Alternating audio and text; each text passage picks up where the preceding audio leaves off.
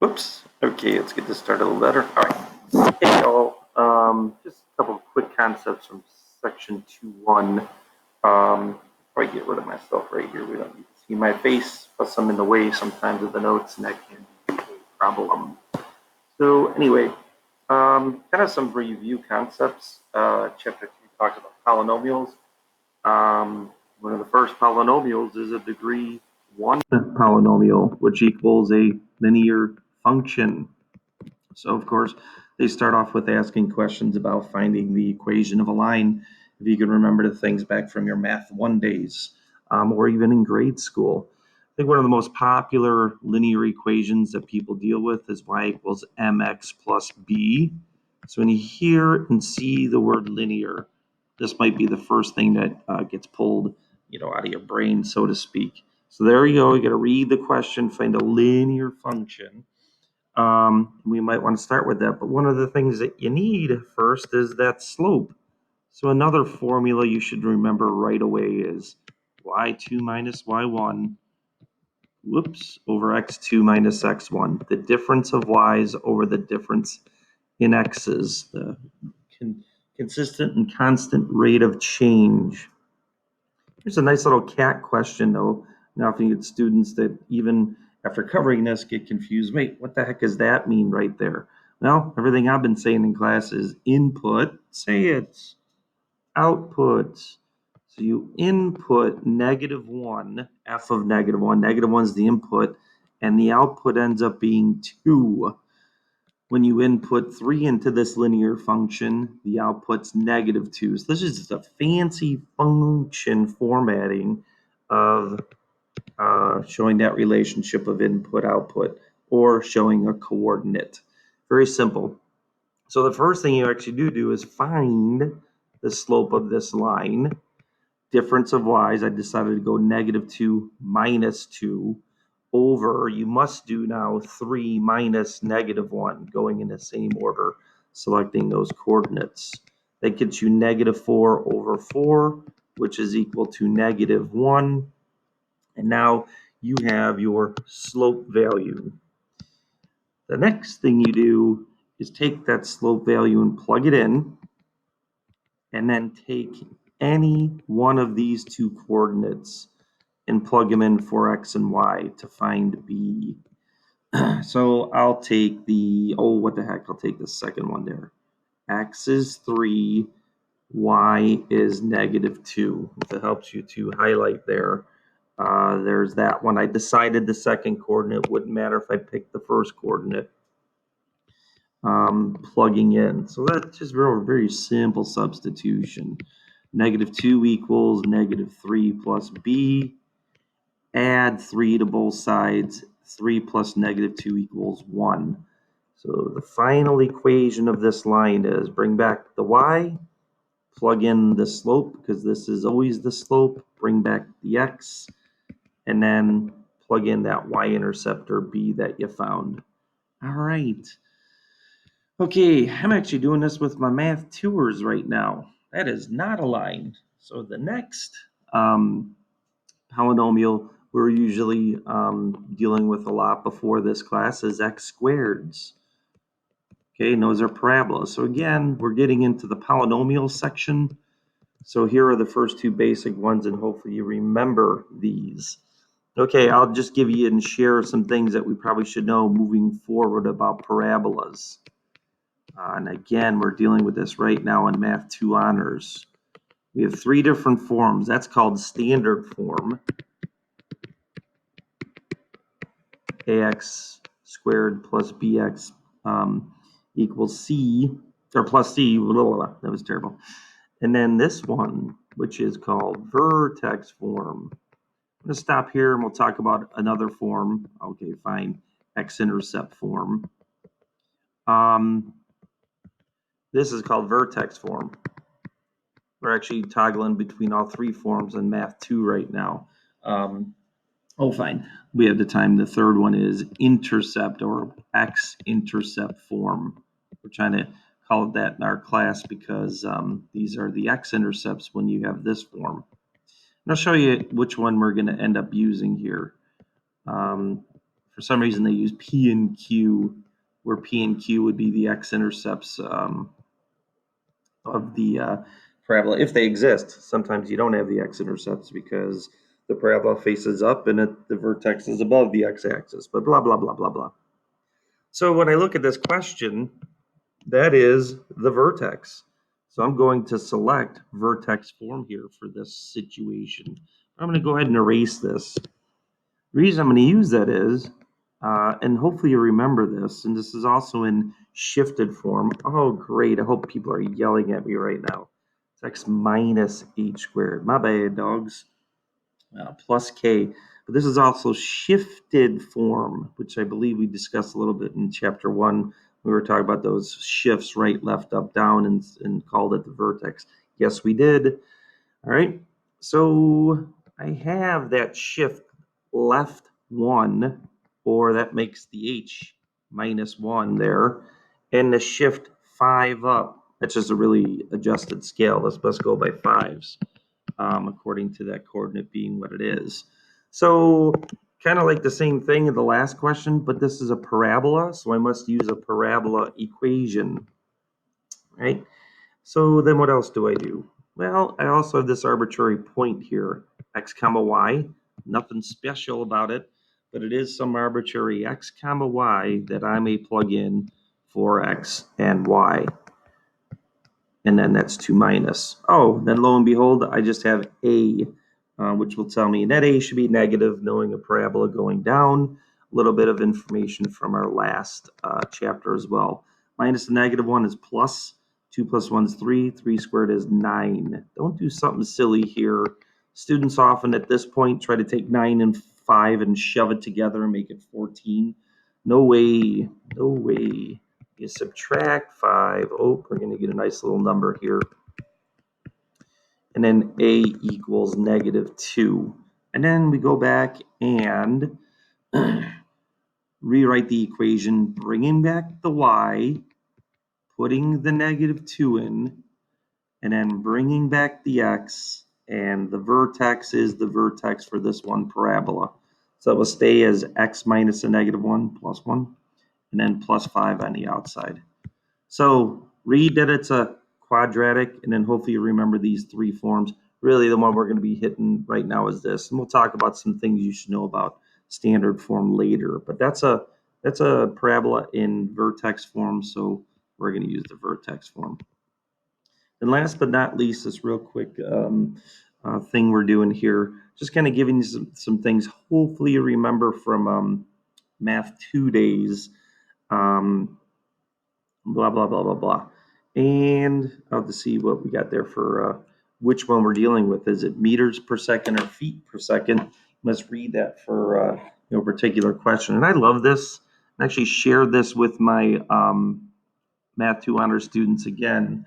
The Math 2 book shares this formula, but then I said it really comes from negative 1/2 g times time squared plus v sub 0 times t plus s sub 0, where this is the effect of gravity on whatever planet you are on. There was a great little Algebra 2 question that asked the how high would a ball fly if you were on Jupiter, Saturn, Mars, the moon? And those effects of gravity are different on all of those planets, of course. This doesn't take into effect wind resistance, so just be careful of that.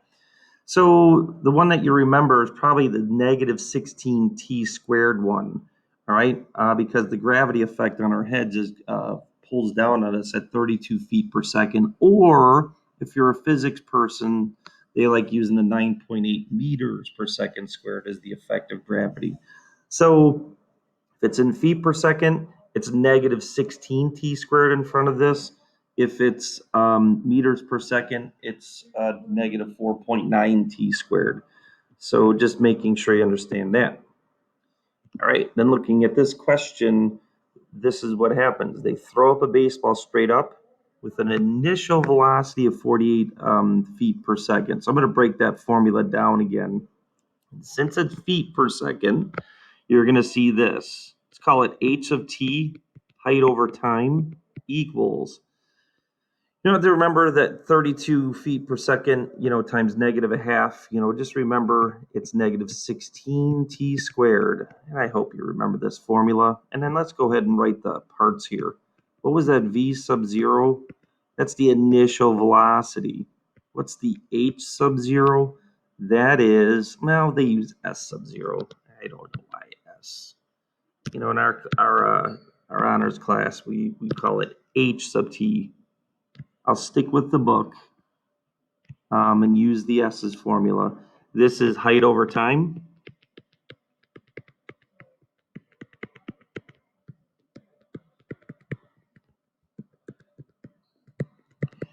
This is the effect of gravity in feet per second.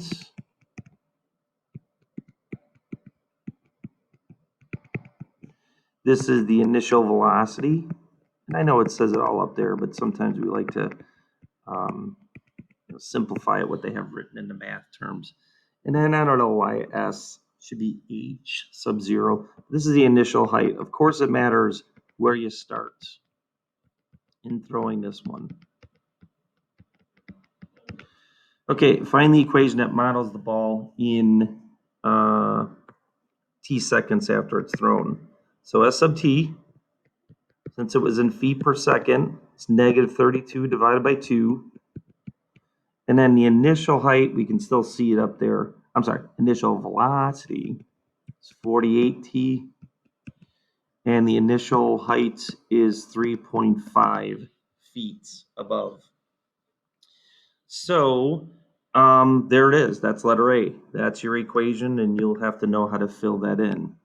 All right, what is the maximum height of the ball will reach, and how many seconds will it take to do that? So here's letter B. Oh, no. Now I am going to throw something at you that you need to remember. We could go to our graphing calculator, and I guess I'll show that. But actually, my honor students remember to find the vertex for standard form.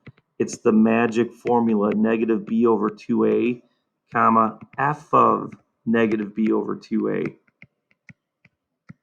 If you remember that, you really won't have to go to the graphing calculator, and then I'll prove this when I do go to the graphing calculator. So good thing to remember.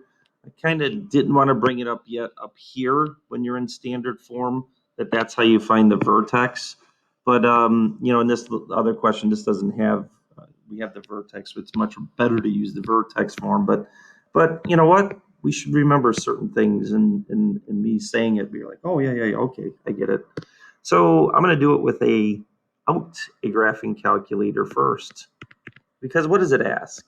It asks, what is the maximum height the ball will reach? How many seconds will it take to reach it? What we're going to have for a graph is it's going to start at 0, 3.5. Then over time, the ball is going to go up, and then it's going to come down. Then it's going to come crashing down and hit the ground again at some point. But for this question, we want what is the height maximum? That's the y. And at what time does that happen? That's the x. I guess I'll call that x right there. So I have to put t in there because it does say t. So I guess t and s sub t is really what I should say.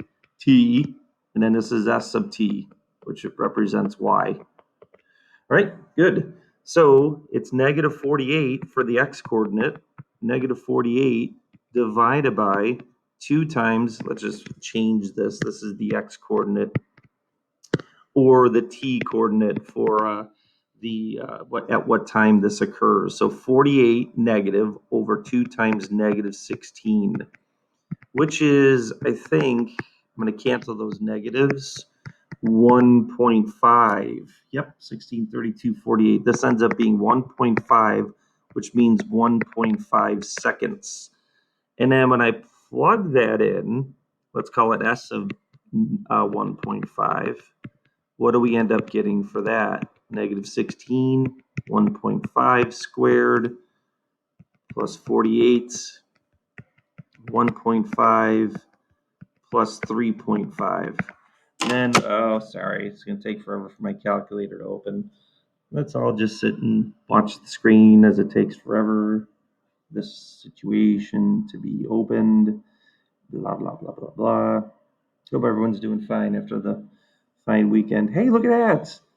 It's almost exactly what we're doing right now. That's because I've done this with the honors students. Okay, so negative 16. Yeah, look at this. Nice. This is hilarious. Different question there, so I'll clear so you don't get confused by that. So it was negative 16, 1.5. Just want to get this calculated, squared, and then it was plus 48, our initial velocity, times 1.5. Super fast typing, huh? And then what were we, 3.5 high to start off with? Plus 3.5. Move this a little bit, I'm in the way. 3.5, our initial height that we started at. Boom, 39.5. 39.5 feet. So in 1.5 seconds, it'll reach its maximum height of 39.5.